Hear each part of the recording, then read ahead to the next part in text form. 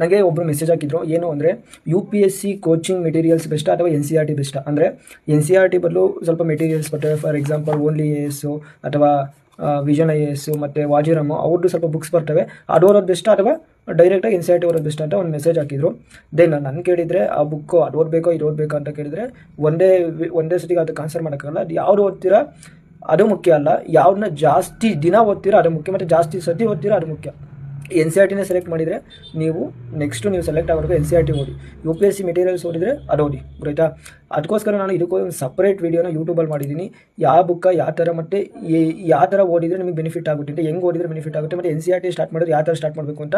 So ಈ link ಬಯೋದ್ರಲ್ಲಿ ಮತ್ತು description ಕೆಳಗಡೆ ವೀಡಿಯೋ ಡಿಸ್ಕ್ರಿಪ್ಷನ್ ಇರುತ್ತೆ, ಹೋಗಿ ಫಾಲೋ ಮಾಡಿ ನೋಡಿ. It is very useful for beginners.